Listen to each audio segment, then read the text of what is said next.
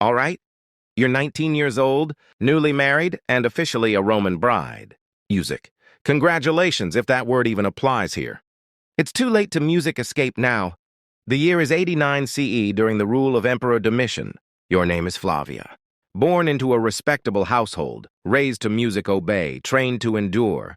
And tonight, Rome is about to instruct you very clearly on what marriage actually means. Not the saffron veil, not the walnuts tossed for luck.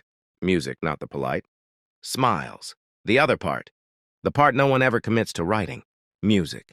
Your bare feet press against cold marble. The floor chills your bones. Torches along the walls hiss and spit smoke, staining the air behind. Music. You stand 7 witnesses, silent and unmoving like carved pillars. They are music not present for beauty or blessing. They are here to ensure compliance, to make certain you fulfill the role expected of a Roman wife. And until this moment, no one explained the details. Of course they didn't. You step forward toward a wooden object in the corner, half hidden beneath heavy cloth. Your hands tremble so violently that you fold them into your sleeves, hoping no one notices. Everyone notices. No one intervenes. Your mother's words echo in your mind from this morning. Whispered music while she braided your hair. Do not resist. No matter what they ask, do not resist. Now you, music, understand why her hands shook.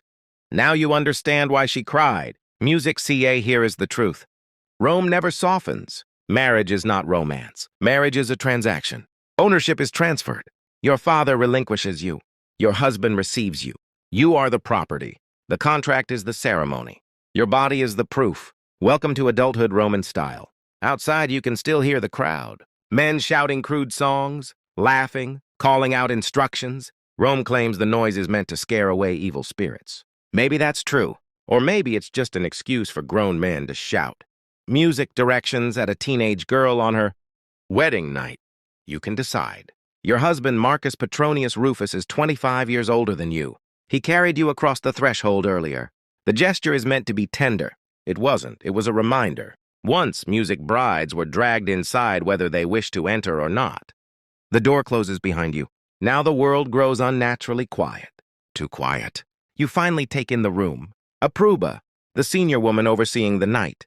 A priest. 3 female slaves carrying basins and folded cloths. A physician. Standing apart, a leather bag at his feet. And in the corner, music still waiting, the draped wooden figure. So many people for something Roman sisters private. The pruba grips your hands with the firmness used on livestock, not music brides. Controlled. Certain you are in your husband's home now, she says, meaning you belong here. She steers you toward the statue. The witness's eyes bore into your back like nails. Rome adores witnesses. Rome trusts nothing without documentation, signatures, and enough. People present to swear later that everything was done correctly. Survival here has rules. You learn them quickly or you break. Rule 1, keep your head lowered and your mouth music closed. You pull away the cloth. There it is, a carved wooden figure shaped like a god Rome. Barely names allowed. Mutinous toot fertility deity brides. Must acknowledge before their husbands may approach them. The carving leaves nothing to interpretation. Its purpose becomes horrifyingly obvious. As the pruba begins explaining, what is required of you, Mutinous Tutunus was Rome's god of fertility and sexual initiation.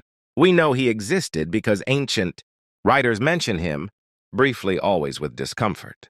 Music, St. Augustine, writing centuries later as Christianity overtook pagan Rome, described the ritual with visible disgust. Roman brides, he said, my music, were required to perform a seated offering involving the statue before consummation. You freeze! Music, the room waits. The pruba leans close. You must ask his blessing, she whispers. You must offer yourself as tradition demands. A stomach drops. Your mother's warning finally makes sense. Music, and here is the part no one ever tells you. This ritual is not symbolic. It is the opening act of verification. Quick pause. If you're still here, consider liking and subscribing so you don't miss what comes next. Now back to Rome. The witnesses move closer. The priest murmurs a prayer. The physician prepares himself. You stand there trapped between tradition and carved wood, understanding. Music with brutal clarity, you are not here to be honored. You are here to be confirmed. You are still standing before the statue when the pranuba steps behind you, guiding your body like furniture that needs adjusting. No privacy, no gentleness, just hands, commands, eyes. They call this sacred. You can already tell it's paperwork wrapped in religion. Here's the truth. Rome never admits aloud. Music. Every ritual tonight exists because men demand proof. Proof you are untouched. Proof you obey. Proof that any children will belong to your husband and not some man shouting obscenities outside. You are not a partner in this marriage. You are the evidence. The pranuba gives instructions in the calm, chilling tone of someone who has done this too many times to feel anything anymore. The witnesses lean in not to help, only to observe. Music. Your knees weaken, your face burns. You comply anyway. Rule 2, refusal is punished. Rome never punishes itself. When it ends, the slaves' music rush forward. One holds a bronze basin. Mother pours scented water over your arms as if resetting you. You shiver. They don't meet your eyes. They've done this before. They'll do it again tomorrow. The priest finishes a prayer no music one listens to. Even he sounds bored. Roman religion is not gentle. It isn't about comfort. It's a checklist gesture. Smoke completion. Your body has just been added to the list. Next comes the physician. He's older, hair tied back, music tools guarded carefully in his bag. He doesn't greet you. You are not a patient. You are a legal matter. He examined you before the ceremony confirming your virginity. That record already exists. This is the after. The pranuba nods. The witnesses adjust their stance. You stand there, a music jaw tight, forcing your thoughts into silence. B. The physician works quickly, music. Clinically, like someone inspecting a shipment. To him, you are not a frightened girl. You are property being verified. He finishes music and speaks his conclusion. A slave records it on a wax tablet. If your husband ever takes you to court, these 7 people will testify to every detail of tonight. You want to scream. Music, you don't. Screaming is not an option. The pranuba announces that the preparatory rides are complete. Translation, music. The real ordeal begins now. They lead you to the bedchamber. The door is left open deliberately. Oil lamps burn, music bright. Shadows sway like silent observers. Your husband finally enters. He avoids your eyes, glancing instead at the pranuba, like a student awaiting instruction. That surprises you. You expected authority, confidence. Instead, he looks nervous, like a man about to take an exam he didn't prepare for. You sit on the bed's edge. Your hands grip the sheets, trembling. Music. The pranuba recites the formal words she has spoken for decades. The gods have blessed the union. Let the marriage be consummated according to Roman law. The words fall like chains. 2, and then it hits you. Everything so far was preparation. The real verification hasn't even begun. The door remains open. The lamp's music stay bright. Rome presses in on your ribs as you struggle to breathe. Marcus finally looks at you not with desire, not with affection, but with assessment, like checking cargo for damage. Welcome to Roman marriage. Romance optional. Verification required. Sits beside you. The bed cacks. The pranuba clears her throat. Her signal, music to proceed. The witnesses shift in the hall close enough to hear everything. That's intentional. Roman consummation is not private. It is a legal step. Music. A stamp on a document, except the document is you. Marcus tries to be gentle. Maybe he's afraid. Maybe music, he's trying to be kind. His hand hovers, then rests on your shoulder. C keeps glancing toward the doorway as if music, someone might correct him.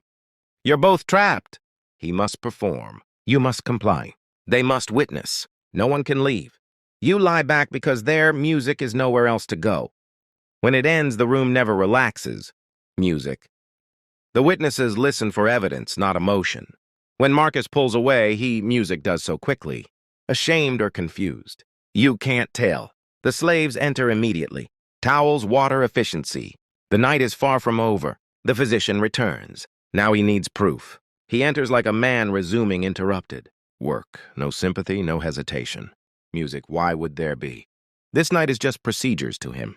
You try to cover yourself. He gestures for you to move the sheet. You obey, skink. He opens his bag. Tools clink softly.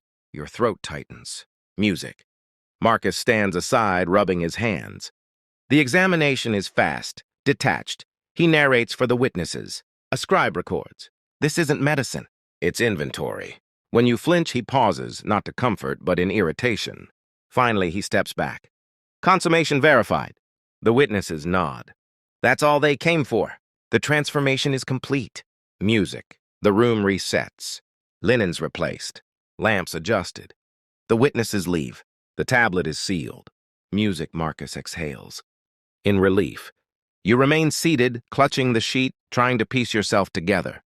Marcus murmurs something about music rest, about tomorrow being easier. You don't respond.